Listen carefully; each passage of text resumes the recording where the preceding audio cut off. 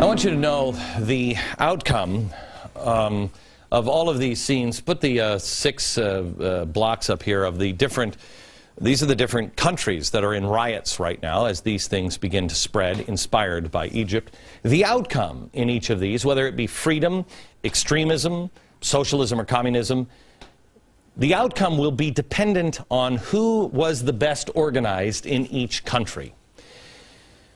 And they're organizing the students, and the students are using the internet, which brings me to Google. I want to talk to you a little bit about Google. The Google chief executive, Eric Schmidt, has said yesterday that Google is very, very proud of Whale Nome. He is the company executive who admitted himself helped organize the 18 days of protest in Egypt that resulted in the ouster of President Hosni Mubarak. But there is another Google executive that we showed you yesterday that is in the same boat. Some in the media have theorized now that I'm bizarrely inserting Google into the story of the Egyptian revolution. No, Google is bizarrely inserting Google into the story of the Egyptian revolution. I want to point out tonight that I'm really not sure that I want my search engine involved in government overthrows, good or bad. What I want from a search engine is good search results. This is not the issue. I'm not afraid that Google is reading my email or tapping your phone lines or stealing grandma's recipes. That kind of paranoia is reserved for the left during the Bush administration with Microsoft. What I'm starting to look at is Google, and Google as a whole. You know, they said, don't be evil. Well, what does that mean exactly? What are their motivations? Who are they working with? What are they doing on an everyday basis? Where do they give all of their money? I'm just not so sure as I look into Google that I want to use their products any more than I have to. And some of their products, I think I have to. I'm not leading any boycott. I hate boycotts. You do it your time, your money, and your information, what you want. For me personally, I'm not feeling real comfortable about the current direction of Google the more I find out. Why? Well, let me give you a few reasons. First of all, they are working really, really closely with the government. That's okay. They have a close relationship with the NSA. Okay. They work closely with law enforcement. Cool with that. Last year, they signed a $27 million deal with the National Geospatial Intelligence Agency. I don't even know what that is. But they've been accused of receiving preferential treatment and receiving $6.5 million contract with the General Services Administration. They are working hard to bring us net neutrality, the kind of net neutrality that we've talked about on this program, that hard left groups like Free Press are advocating for. Eric Schmidt, the former CEO, he resigned 2 weeks ago. He is on the White House Council for Science and Technology, co-chaired by John Holdren. They also have privileged access to NASA airfields.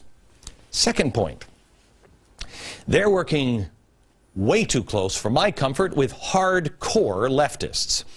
Eric Schmidt is on the board of an organization called the Politics of Trust Network. You might recognize a couple of other names on that board, like Van Jones, and Drummond Pike, the former CEO and founder of the Tides Foundation, a founding board trustee there. In 2010, the Google Inc. charitable giving fund of the Tides Foundation gave over $145 million directly to nonprofits and academic institutions. Google has made donations in the seven-figure range to MoveOn.org. Oh, George Soros is doing that too. One of the farthest left political action groups in America. They also gave money to the Trickle Up program, a big recipient of cash from the Tides Foundation and George Soros's Open Society Institute. And speaking of George Soros, here's CEO Eric Schmidt saying, well, this about George Soros. My view of Mr. Soros is that he is one of the most important people in the world today in terms of the impact that he's had. Oh, I can't say I disagree there, but there's so much more. Next.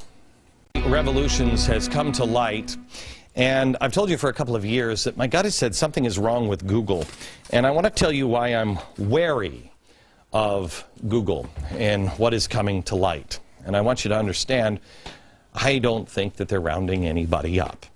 I just want to point out a few things. I'm on my third reason why you should look into Google. The third one is they're not working hard enough on your privacy. Privacy advocates attack Google Buzz for gigantic leaks in information that users thought was private information. They had the Y-Spy incident. You remember this? This is where Google Street View cars downloaded emails, passwords, and other information from private, unsecured wireless networks all around America. Google apologized, but the FCC is believed to be investigating. But I don't think they're probably investigating too hard with all of the connections to the White House. In an interview with the Wall Street Journal, Schmidt, the former CEO who just stepped down 2 weeks ago, talked about where he sees the future of Google. Listen carefully. Quote, "We know roughly who you are, roughly what you care about, roughly who your friends are. Google also knows to within a foot of where you are." Mr. Schmidt leaves it to the listener to imagine the possibilities. If you need milk and there's a place to get milk nearby, Google will remind you to get it. It will tell you there's a store ahead that has a collection of horse racing posters, that a 19th century murder you've been reading about took place on the next block. And that's the other part of this. Sometimes the way Schmidt and Google as a whole think, quite honestly, when you start looking into their stances, is creepy. Quote, "I don't believe society understands what happens when everything is available, knowable, and recorded by everyone all the time."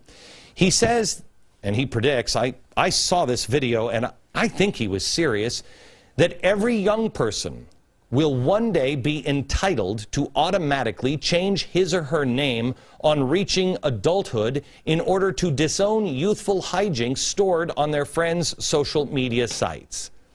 And let's not forget this super classic. Quote, "We don't need you to type it all because we know where you are with your permission.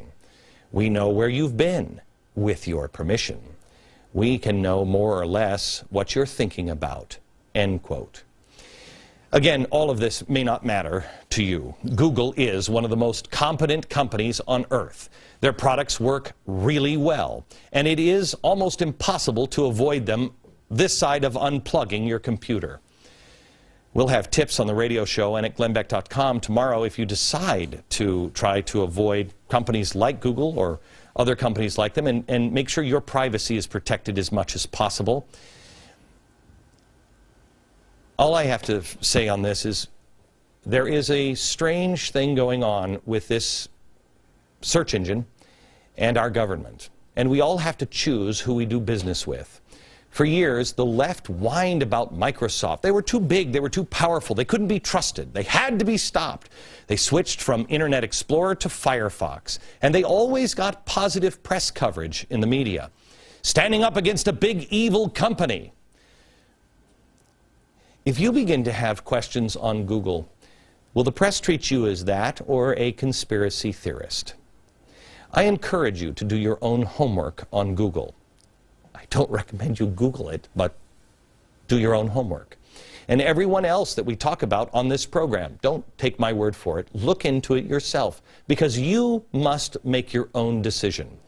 But when it comes to a very hard left-leaning company who are in tight with very hard left organizations and our government, and they have been loose with privacy, my mind has been pretty much made up now. I think so.